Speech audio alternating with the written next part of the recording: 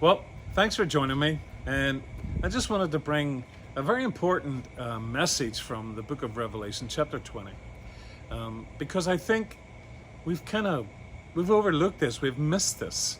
Here we are in church singing worship songs to God, apparently, and we're welcoming God into this place. You're welcome, God. I think that's messed up. And in America, we got lots of judges. None of them, half of them aren't. You don't really take serious Judge Steve Harvey. Come on. And Judge Judy, they're all making a fortune. But I don't think it's anything like Revelation 20, verse 11 to 15. We're told about the great white throne, the judgment seat of God. And as God appears on his throne, it says that heaven and earth flee. So, this is trying to tell us something about God, I think, not about heaven and earth. That God is more powerful than heaven and earth itself. He created them. They flee from his presence. We also get that idea of the fact that after the dead come before him, that's a dead walk-in right there, that the sea gives up the dead. Now, that's good news for a lot of people because, in my time here and in Jersey, that people were wanting to scatter their ashes in the ocean. I've had some people say to me, is it okay to do that? It's not really holy or it's not in the Bible, but, it doesn't matter. There's the verse for you because it doesn't matter where you're scattered. God's going to regather you and you're going to stand before him. And God who created the seas, God who parted the seas, God who walked on the sea. And here they are, subject to him and his authority, in his courtroom. And even Hades itself gives up the dead. Death, the resting place of the dead, are subject to him. He is so ominous and omnipotent.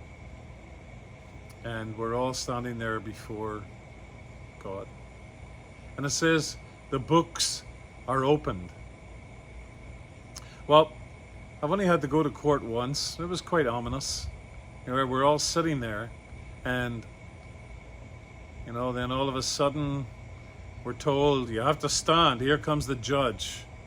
And through the proceedings, I had to acknowledge my name, confirm my identity and plead guilty to a motor vehicle violation.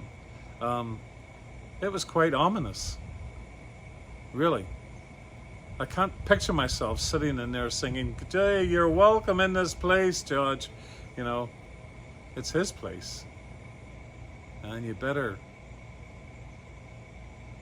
take your proper place. The books are open. Twice it says, you're going to be judged according to your deeds. It's a record of your deeds. It's just simple. You just take it for face value, is that your life matters. Yes, it does. Your deeds matter. And you'll be judged according to your deeds, your choices, your lifestyle, all those things. And I don't think it has to do with salvation because it's quite clear in the context here. It's something else has to do with whether you'll be judged or whether you'll be blessed. And I think it's about rewards. It's worth living well, making good choices, and living to please God for an audience of one. But the real important piece is that, as it talks about the book of life, it says, anyone or whosoever's name is not written in that book, the book of life, is cast into the lake of fire. So, yeah, take that in. Stew on it for a while. Is your name written in that book?